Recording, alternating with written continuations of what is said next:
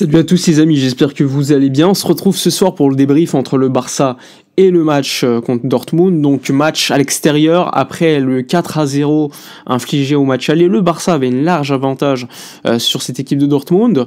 On s'est dit que le Barça allait faire un petit peu tourner. Finalement, il y a eu que de très peu de rotation avec Pedri seulement qui était sur le banc. Il y avait également le fait que Alejandro Balde blessé était remplacé évidemment pour Gérard Martin. Et en défense centrale, Inigo Martinez qui était sur une possible sanction lors du match de demi-finale avec un jaune, eh bien était remplacé par Araujo.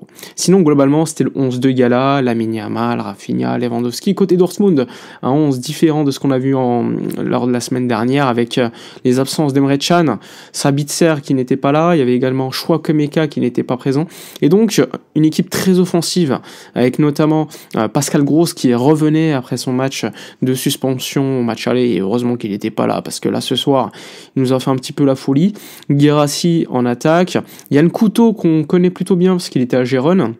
Globalement une équipe plutôt compétitive. Bon, maintenant qu'on a parlé des 11, il faut vraiment évoquer le match, parce que là, le match est terminé, le Barça s'est qualifié sur le score de 3-1, défaite 3-1, et sur les deux matchs 5-3. Alors oui, là, le match, quand tu viens de regarder un tel match, tu peux dire que le match du Barça était dégueulasse. C'est peut-être le pire match du Barça cette saison. D'ailleurs, c'est pas pour rien que le Barça perd ce match sur le score de 3-1. À l'extérieur, certes, en Ligue des Champions avec un 4-0, ok. Donc forcément, il y avait peut-être de l'attitude en moins qui était mis en avant par les joueurs. Donc tu te dis, ouais, t'as 4-0, mais pour moi, ce n'est pas une excuse valable.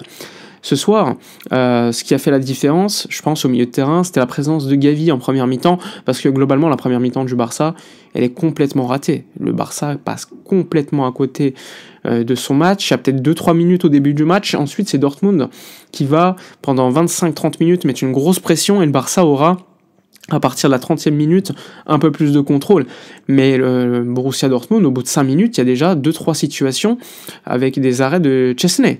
Il y a eu un dégagement à un moment donné de Gérard Martin suite à une parade du gardien polonais.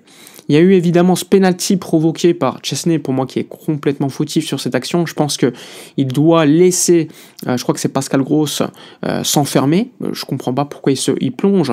C'est une erreur qu'il avait déjà effectuée contre le Real Madrid, mais également contre Benfica. Là encore une fois, il l'a refait. Évidemment, ça se paie pas.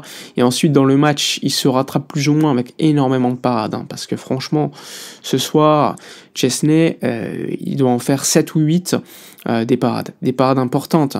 En face, tu avais Adeyemi qui mettait beaucoup de vitesse sur le côté de Koundé, qui était fatigué. On le voyait, un Lamine Yamal qui est passé complètement à côté de son match. Et lorsqu'il est sorti, on l'a senti. Il était complètement fatigué, énervé de lui-même, je pense, et énervé de sortir. Ouais, globalement, le changement que j'ai pas compris peut-être, c'était celui de Gavi, parce que pour moi, Gavi était le meilleur joueur du Barça, et à ce moment-là, tu le fais sortir, et globalement, le Barça va revenir dans le match en deuxième mi-temps avec des intentions, mais va encaisser le deuxième but rapidement. Là aussi, un but, franchement, à 2-0, tu commences un petit peu à te dire, attention, la remontada, 47e minute, 2-0 pour Dortmund, 4-2 sur les deux matchs, ça a dû transpirer, moi je vous le dis. Et heureusement, il y a une action très bien construite, l'une des rares côté Barça, puisqu'en première mi-temps déjà, il n'y avait que le centre, la très belle passe de Frenkie de Jong pour Koundé qui s'était loupé, mais globalement on n'avait rien vu. Et en seconde mi-temps, il y a une seule séquence où j'avais trouvé donc cette passe magnifique pour Koundé qui avait trouvé Fermin qui va faire un centre, et c'est Ben Sebaini qui va marquer le contre son camp, qui te permet quand même de te tranquilliser à 2-1. Parce que franchement, t'étais dans une situation compliquée, franchement compliquée, t'étais dans une sauce, tu peux le dire. Et en plus de cela, je trouvais que globalement, un joueur comme Lewandowski avait fait plutôt un bon match, l'un des seuls côté Barça à faire un bon match jusqu'à l'heure de jeu, avec quelques touches de balle pour décaler les joueurs. Mais encore une fois, à un moment donné, il doit la mettre à Lamine Yamal de l'autre côté, il cherche Rafinha ou Fermin, je sais plus, qui est hors jeu. Il y a beaucoup de mauvais choix. En première mi-temps, techniquement, c'était nul, il faut le dire. C'était complètement nul. Et en seconde mi-temps, ça s'est un petit peu amélioré dans le jeu. Tu as créé beaucoup plus de situations, même si ça reste très léger. Tu as une situation où Eric Garcia, ça passe pas très loin. Tu as eu une frappe de Rafinha où il y a un arrêt de Kobel. Sinon, vraiment, tu as eu très peu de situations, hein, il faut le dire. Hein. Donc tu es à 2-1, tu dis tranquille, ça va. Et on va encore une fois réussir à les remettre dans le match. Parce qu'il y a une situation où c'est, je crois que c'est Gittens, ou je crois qu'il était sur le côté, qui fait un boulot sur Gérard Martin, qui n'était pas dégueulasse. Gérard Martin, on connaît ses limites sur l'alignement, et il fait ce qu'il peut. Il n'était pas dégueulasse aujourd'hui. Il se fait quand même avoir sur le côté. Et là, tu as un mauvais dégagement de Ronald Araujo qui remet dans les pieds complètement donc de Guirassy, qui va mettre son triplé, le 3-1. Il te reste quand même 15 minutes, tu es à l'extérieur, ça peut trembler.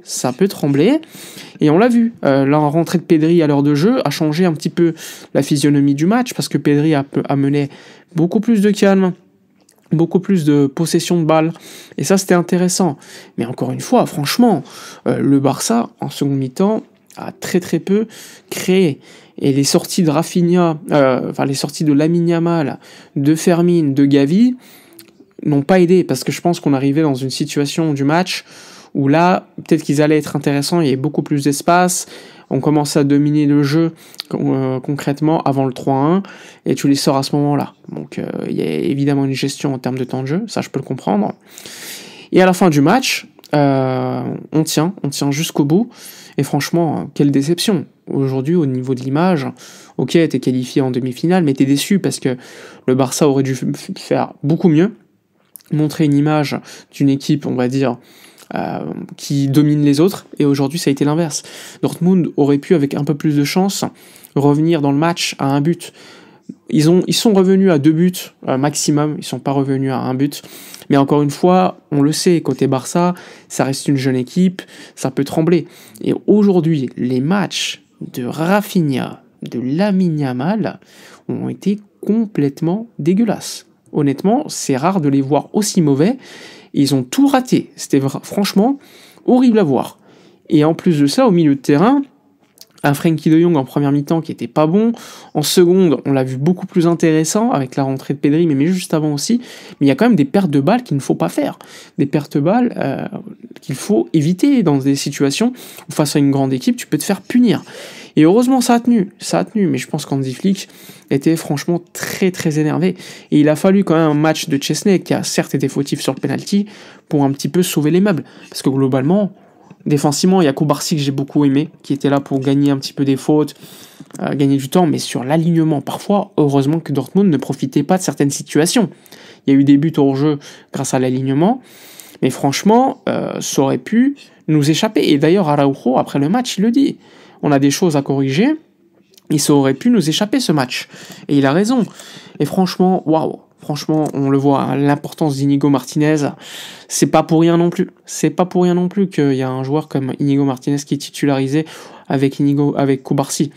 Mais bon, un match très décevant, c'est la qualif. Le Barça se qualifie après quasiment 6 ans, je crois. C'était quand 2018-2019, la dernière fois que le Barça était en demi. Donc ça fait longtemps.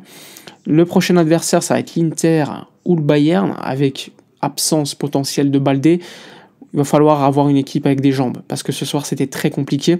Le match aller sera à domicile, il faudra faire l'essentiel du travail à domicile, parce qu'à l'extérieur, on risque de souffrir face à une grosse équipe.